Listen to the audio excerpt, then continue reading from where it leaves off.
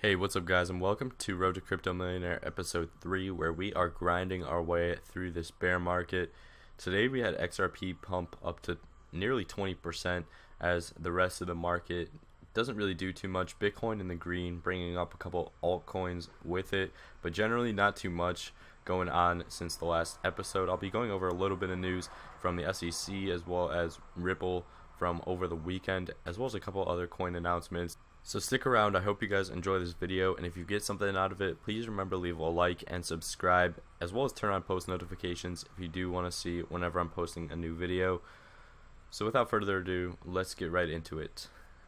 So I'm going to start with XRP.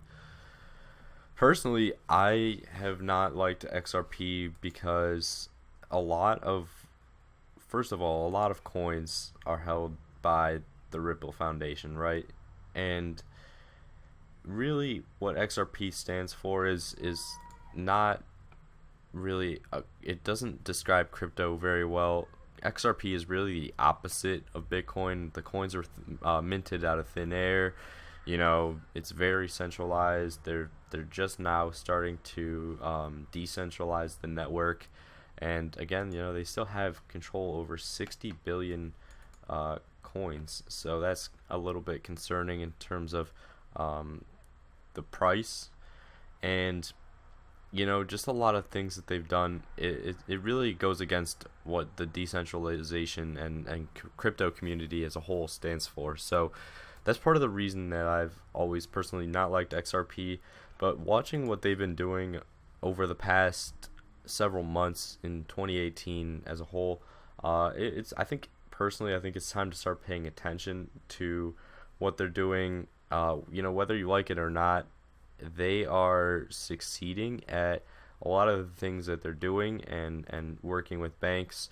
And there's a lot of good news going for them right now. So in my personal opinion, I am going to be looking to buy some. I don't ever hold XRP, but I might be trading it here and there, and maybe picking some up for the next couple weeks or into the next month or two. This was put by Naki111 on Reddit. The reason for the XRP pump, he's speculating that all the news with the SEC saying Ripple won't be a security. XRapid was their cryptocurrency solution going live in this month, and 2 weeks until Swell. Swell is like the annual Ripple conference, if I'm not mistaken, and they are working with some very big banks in the Saudi nations. So this is a article by CNBC talking about how XRapid is aimed at helping banks speed up transactions using cryptocurrency. It's actually a pretty valuable solution to them, and they did get good feedback according to XRP, what they were saying, and they would like to have quote, dozens of banks using XRapid by the end of 2019. So that's, in terms of adoption, that's something I always like to talk about on this channel.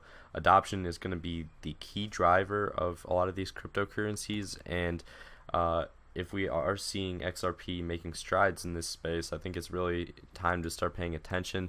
A lot of the arguments about XRP in the past have been whether the protocol or the actual cryptocurrency itself are going to succeed, and it did not look like XRP. There's a lot of FUD about XRP being a protocol for banks instead of banks using the XRP token itself. But if we are seeing XRapid, used in banks, that's their cryptocurrency solution for payments, I think that that's a pretty big deal in terms of adoption, like I was saying. And I also was reading this, it's on the XRP blog. Let me find it. Something called Coil. I'm still looking into a lot of this, but micropayments are a pretty big deal, guys.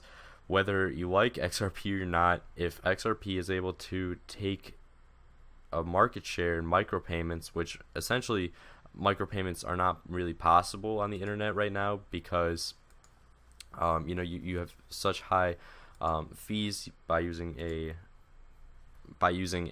credit card or debit card because of banks, that it's just not feasible. It doesn't make sense for micropayments to be done over the internet because of the fees. But if Ripple is a solution for that, if they're able to partner with WordPress, they do have some kind of plugin that they were working on to get XRP done on WordPress websites.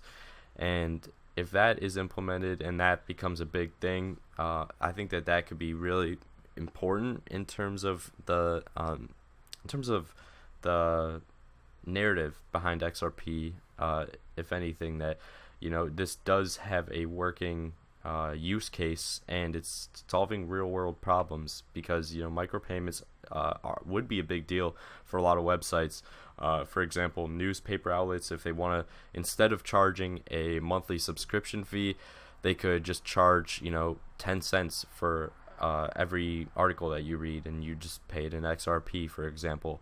I'm not saying that XRP will be the end-all be-all winner for micropayments, but that's a pretty big deal. If they do get this first mover advantage, it's something to pay attention to.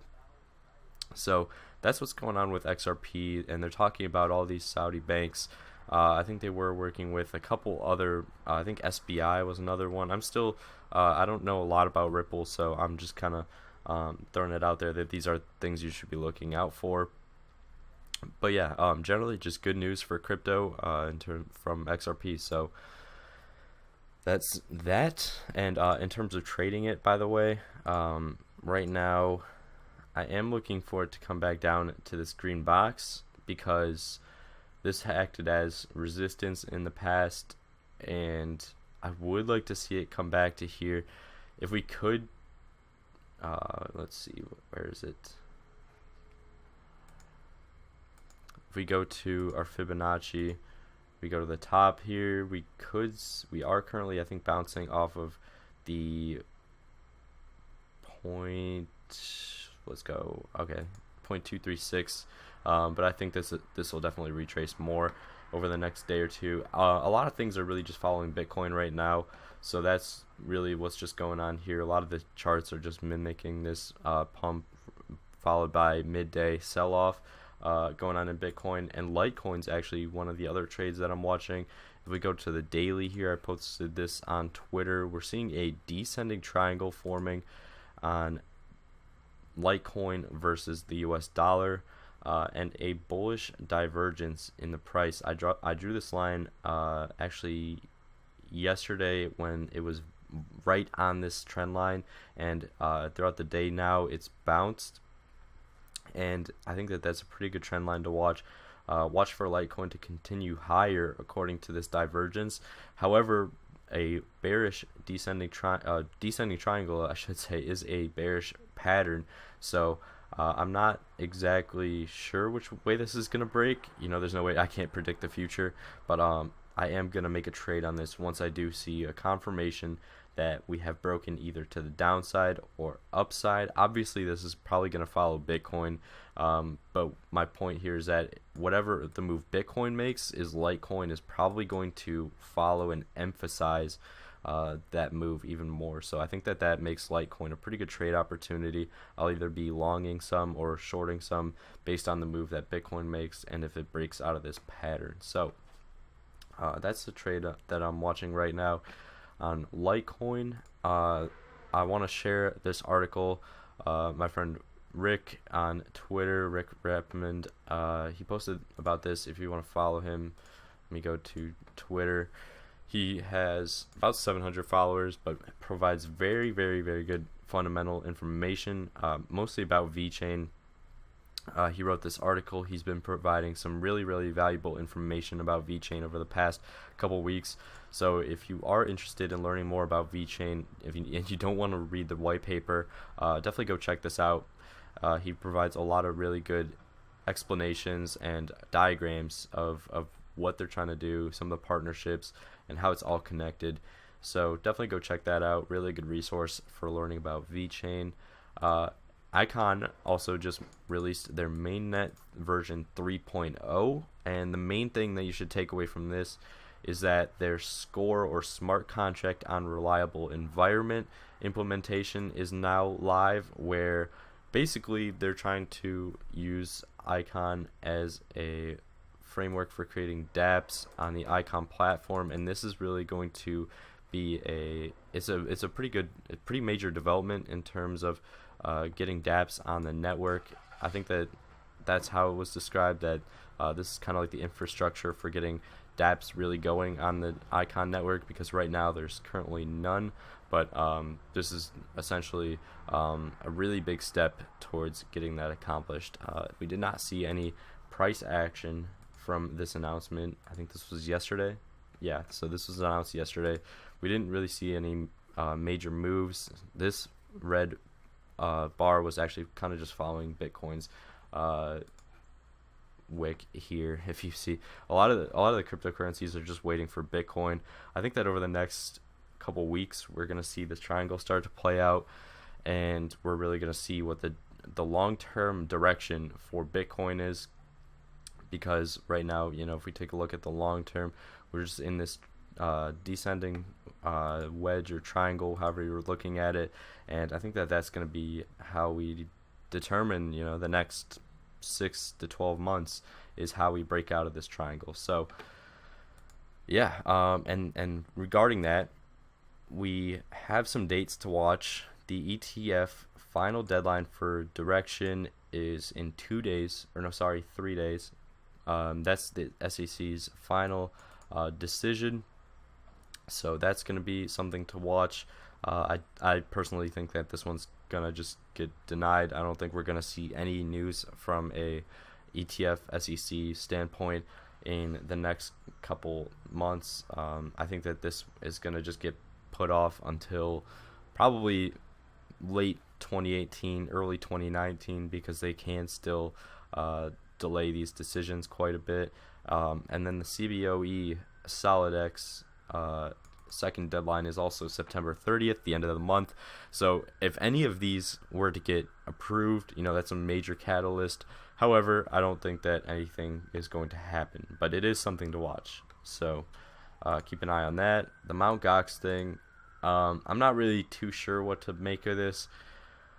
Personally, I think it's a little bit more bearish than anything. If people get their hands back on their Bitcoin that they've had, that they've lost actually since 2014 when the Mt. Gox collapse happened. There's a lot of speculation about when people get their hands back on their Bitcoin, they're just gonna sell it because it's up so much, and that's quite a bit of Bitcoin. I think it's now worth more than 1.3 billion, so that's quite a bit of Bitcoin. And there's just nothing in stone yet, but September 26th, according to this Twitter user, is the Mt. Gox creditor meeting, so that's when we're gonna get to see some details on that. Finally, MetalPay, I was announcing this yesterday in the last episode, that MetalPay was very close to launching, and MetalPay is now live on the App Store. You love to see this, that I think they have a use case here. If you take a look, it's super easy to use. Like I was describing, it's like a crypto version of Venmo. You get paid to send friends money, and yeah, it's a great use case for crypto, and I'm excited to see this really start hopefully getting used, because it's been a long time that this project's been coming.